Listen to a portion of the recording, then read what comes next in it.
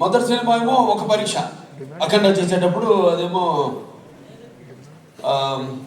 కరెక్ట్గా కోవిడ్ రావడం, ఆ కోవిడ్ టైంలో సాహసించే ధైర్యం చేసి సినిమాని విడుదల చేయడం, అఖండమైన విజయాన్ని సాధించడం అఖండ సినిమా.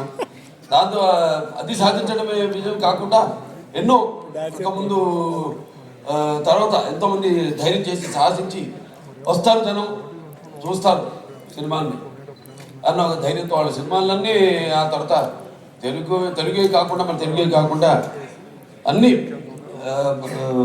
భాషల సినిమాలు కూడా వాళ్ళ సినిమాలను ధైర్యంగా విడుదల చేయడం జరిగింది. ప్రతిదీ ఒక ఛాలెంజ్ అయిపోయింది. అఖండ నెక్స్ట్ ఏంటి అన్నప్పుడు ఒక వీరసింహారెడ్డి, అదైన తర్వాత సరే అది కూడా అయిపోయింది.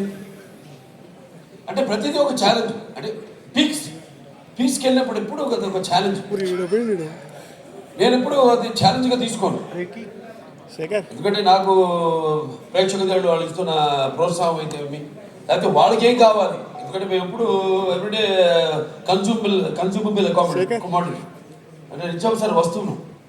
సో మనం ముందే గ్రహించాలి. ఇప్పుడు వాళ్ళు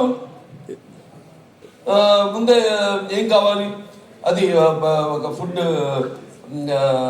విషయంలో కావచ్చు, లేకపోతే రకరకాల ఏమేమైతే ఉన్నాయో వాటిలో సర్వే చేసి, సో దాని తర్వాత వాటిని మార్కెట్లో తీసుకురావడం, ప్రమోట్ చేయడం.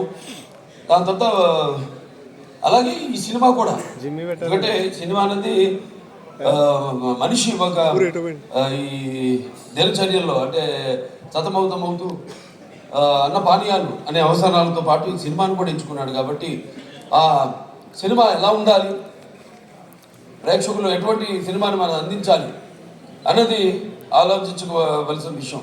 ఇండస్ట్రీలో నిర్మాతలు అయితేనేమి, దర్శకులు అయితేనేమి, లేకపోతే మా నటీనటులు అయితేనేమి.